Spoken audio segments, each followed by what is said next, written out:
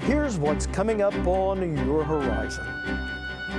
Well, 'tis the season for college bowl games. By my count, 72 football teams will square off on the gridiron during these holidays. And in doing so, well, they'll make millions for their schools, not to mention all the money that comes in from boosters wanting to support those teams. In fact, everybody is making money except for the athletes. Today, we'll spend our time talking to one of the authors of The System, a book that peels back the layers of the business of modern-day college football. Stay with us. This is a show you're not going to want to miss. Oklahoma Horizon is made possible by the Oklahoma Department of Career and Technology Education. Oklahoma's investment in careertech provides more than nationally recognized technology education and training. It produces solid financial returns for the state's economic future. Oklahoma CareerTech, elevating our economy. And the Oklahoma Department of Agriculture, Food, and Forestry, helping good people grow good things. And now, from the CareerTech Studios in Stillwater, here's your host, Rob McClendon. Hello everyone, thanks for joining us here on Horizon. Well, if what we spend our money on is any indication of what we care about, then here in Oklahoma, we love our college football. In 2012, the state's two largest football programs, OU and OSU, made just over $100 million. And neither one is even in the top 10 of the most profitable football schools in America. As more and more money pours into college football, it has become a profitable business for everyone, except for the players. Undefeated and untied. From its earliest days, football has been a rough sport. It was a tough man's game from the very beginning. And today, it's no different. The hits are hard, and we love it. We pack our stadiums and pay for the privilege. The coaches' salaries now in the millions. They dwarf those of other state workers. Yet for the players, it's another story. One that is detailed in the book, The System, The Glory and Scandal of Big-Time College Football. Co-author Jeff Benedict was given unprecedented access by top-flight college football programs, including Oklahoma State, into a world of big money, big pressure, and small rewards for those that play the game. And I sat down with author Jeff Benedict in our Horizon studio. Are today's coaches literally CEOs of million-dollar operations that at the same time have to manage students or young people that are between 18 and 23 maybe? Well, coaches today are making salaries that are certainly comparable to CEOs. They're making $1, $2, $3, $4 million a year, which is a pretty stunning number when you think about it, because in most cases, these are state employees, and so they are the highest paid state employees in their states. Mike Leach is the highest paid state employee in Washington. Nick Saban at Alabama. I mean, you go around the country and that's pretty much what you have. And at the end of the day, that revenue stream is supported by a group between 80 and 100 young men, many of whom are still juveniles when they show up on campus, who don't make a dime.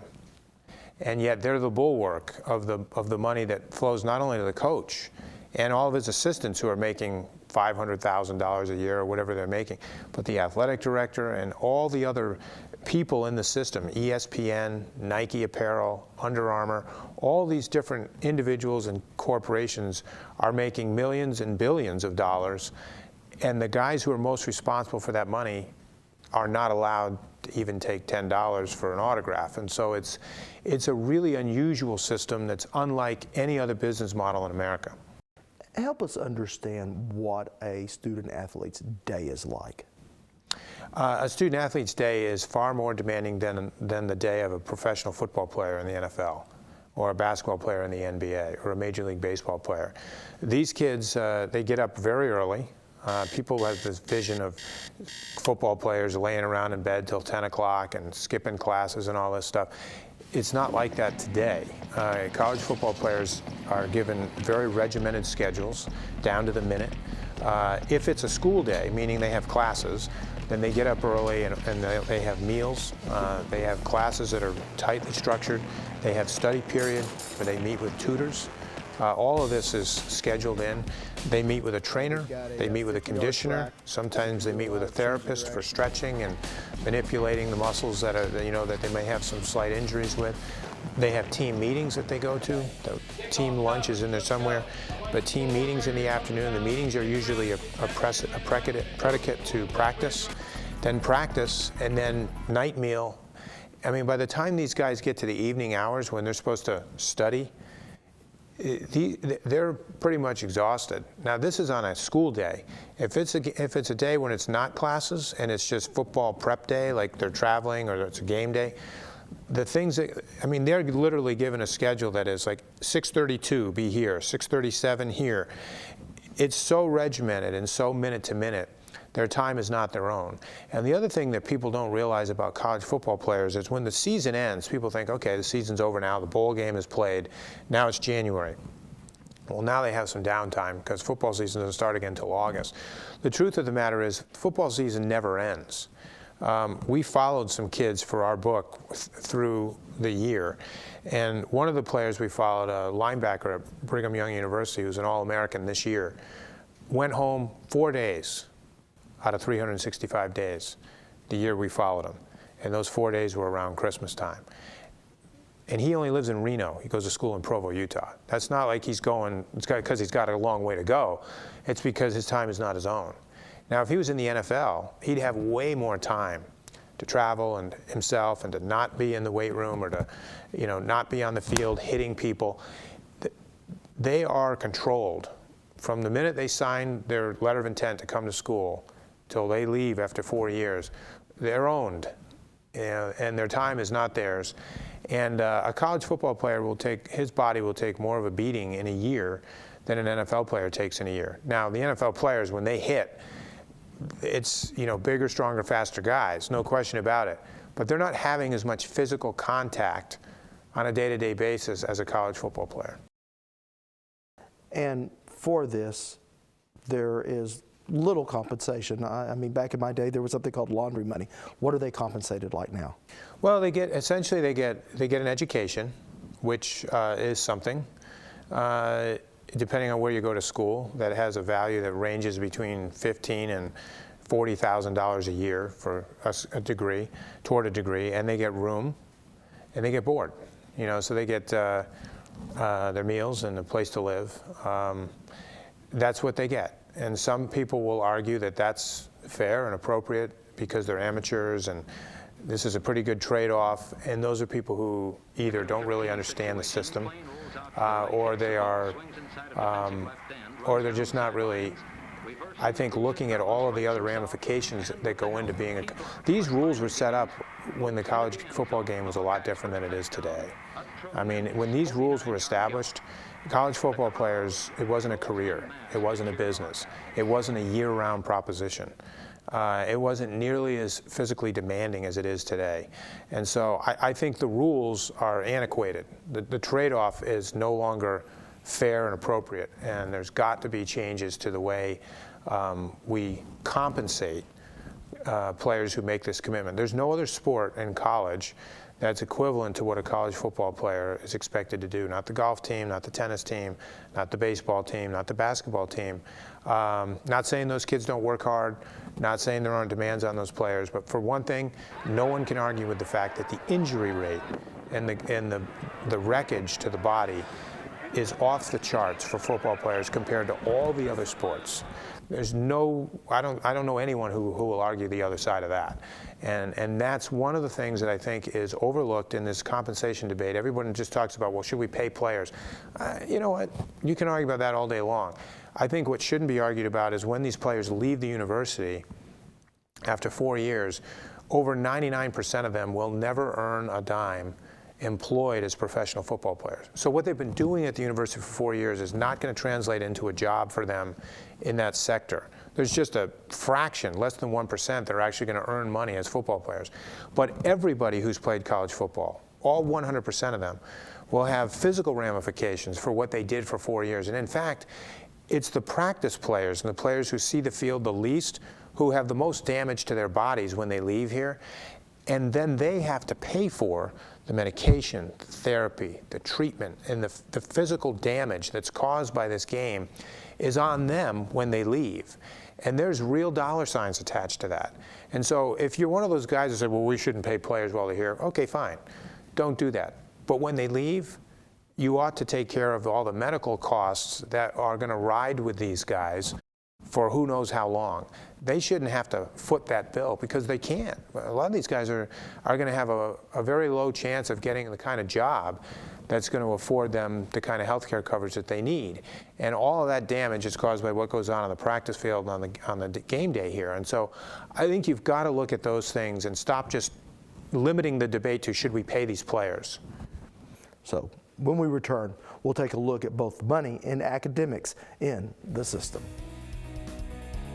You're watching Oklahoma Horizon, featuring some of the good things that are happening in the great state of Oklahoma.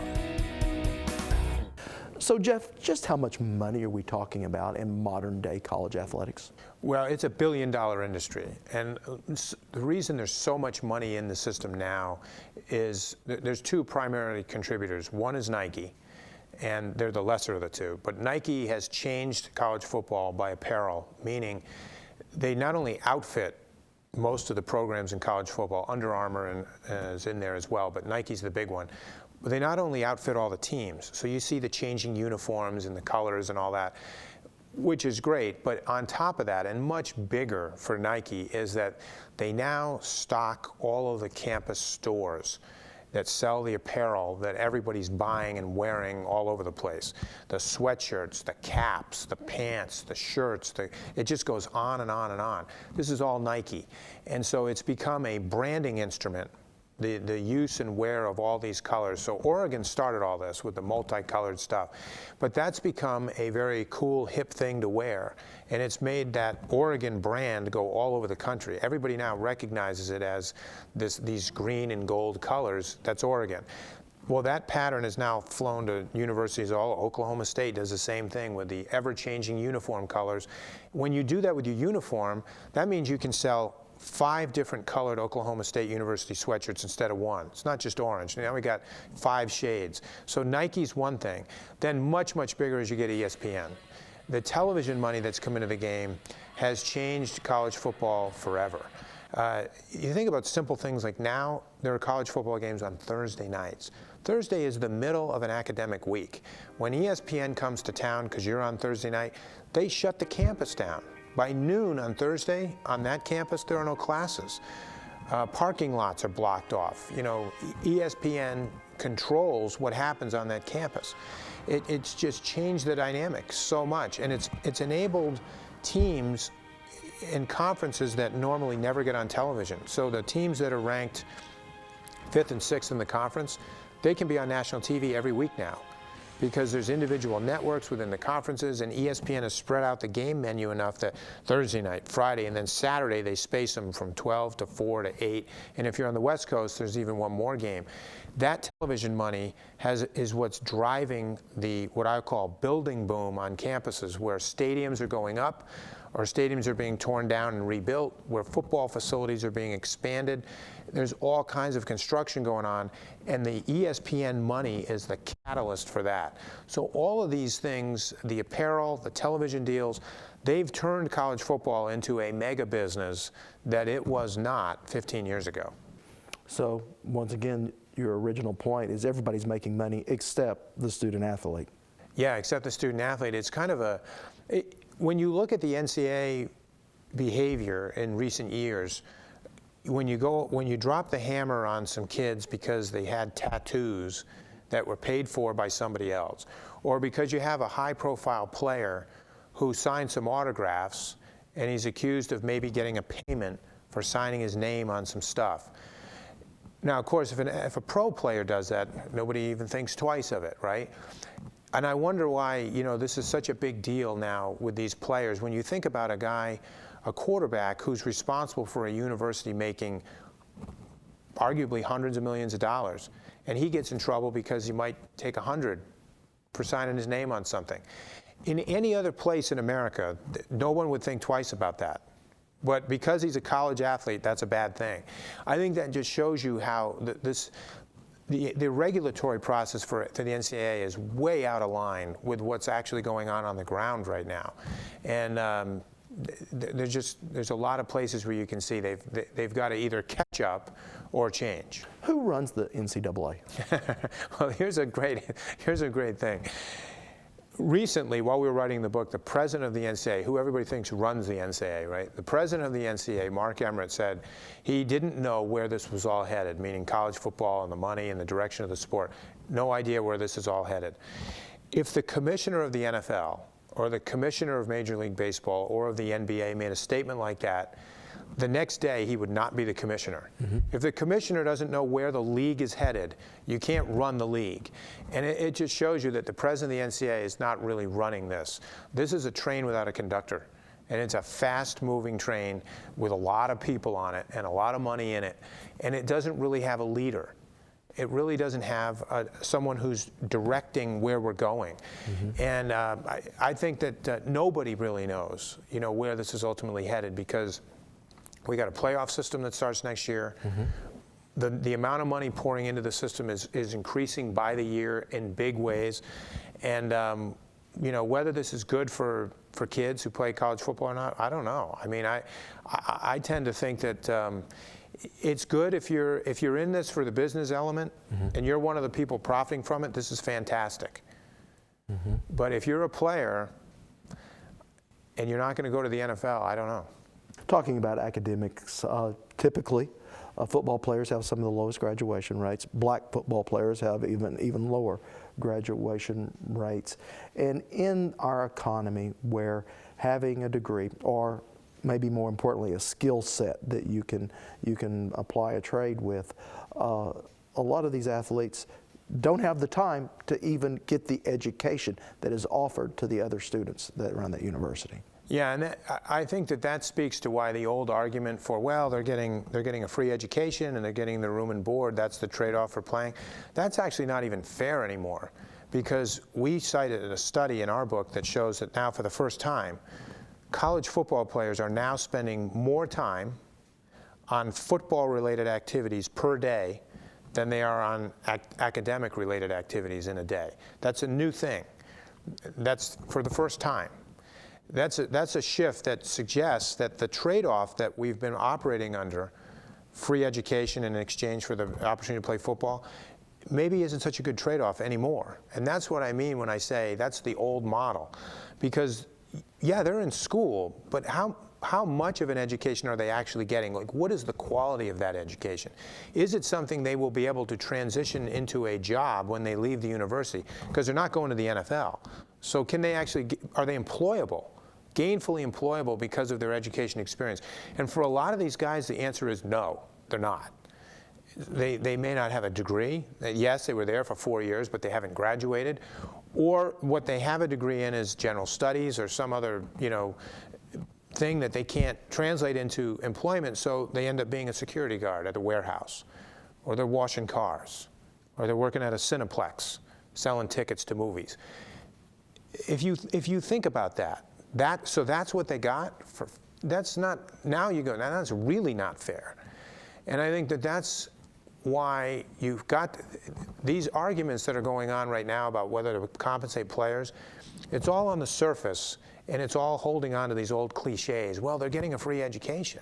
That's a great thing.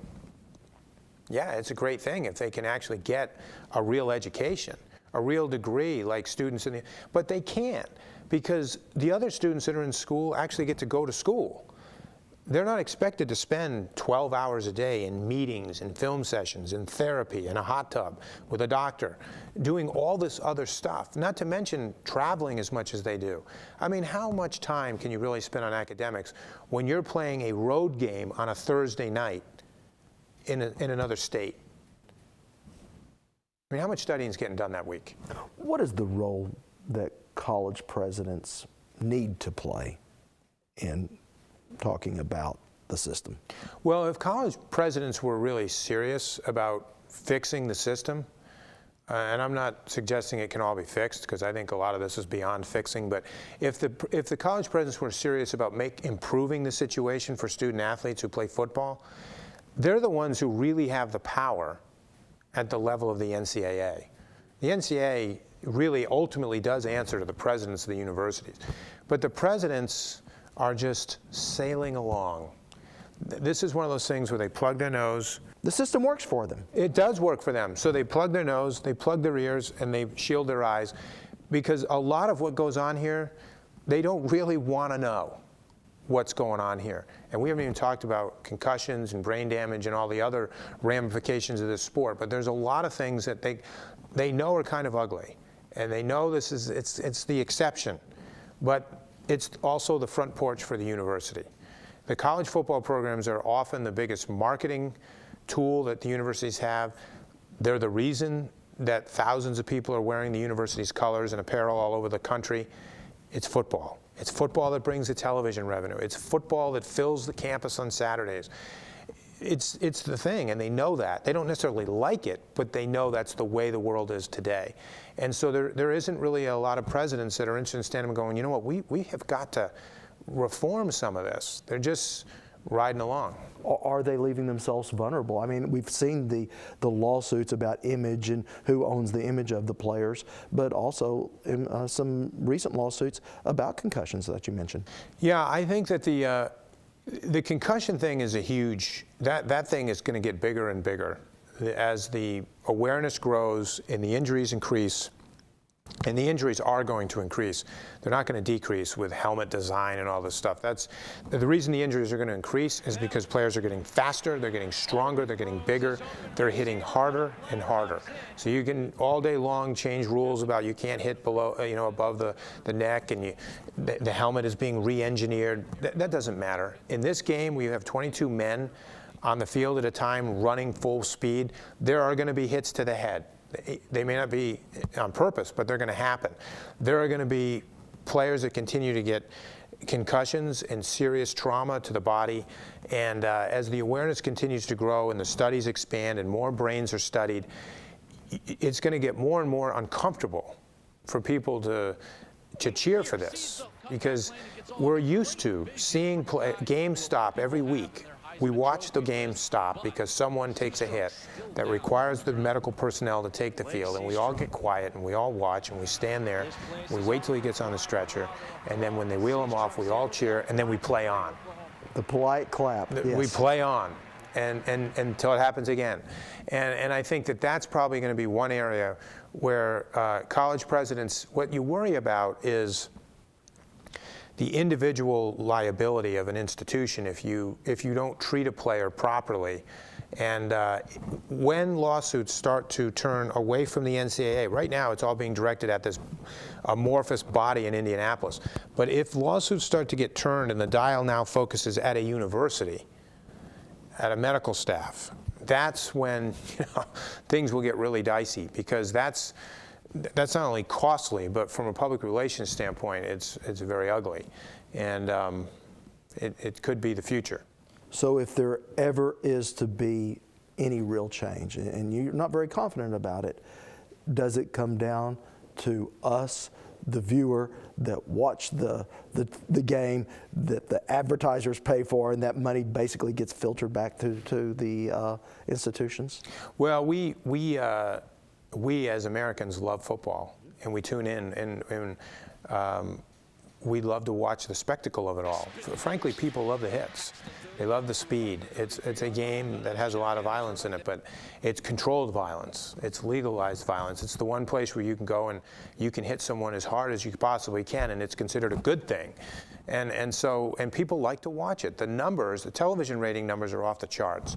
And so naturally the advertisers are there. And it's hard to say what needs to come first to change the way people look at football for what it is. But I don't see that changing soon. But I think over time, it's like anything else. This has to build, and people have to learn more. It's sort of like tobacco and cigarettes. That didn't happen overnight. We look at tobacco a lot differently now than we did 50 years ago. And I think football will be like that. We will see it a lot differently a generation from now than we do now. Well, Jeff Benedict, certainly a fascinating read, something that I think whether you're a football fan or you're interested in academics, anyone needs to read this book. Thank you so much. Thank you. And if you'd like to learn more about some of the positives Jeff Benedict found while following OSU's football team and its mega booster T. Boone Pickens, just head to okhorizon.com, where we have that streaming under our value-added section. Next time on Oklahoma Horizon, an Oklahoma icon returns home. He has said so many things about subjects that are relevant today. Immigration, greedy bankers, taking care of our land, taking care of our people. So Woody's voice needs to be heard. A homecoming for Woody Guthrie and his folk music. An Oklahoma show for the Heartland, Oklahoma Horizon. Well, we are out of time. I'm Rob McClendon. Thanks for watching. See you back here next week. Horizon is made possible by the Oklahoma Department of Career and Technology Education and the Oklahoma Department of Agriculture, Food, and Forestry. Thank you for watching Oklahoma Horizon.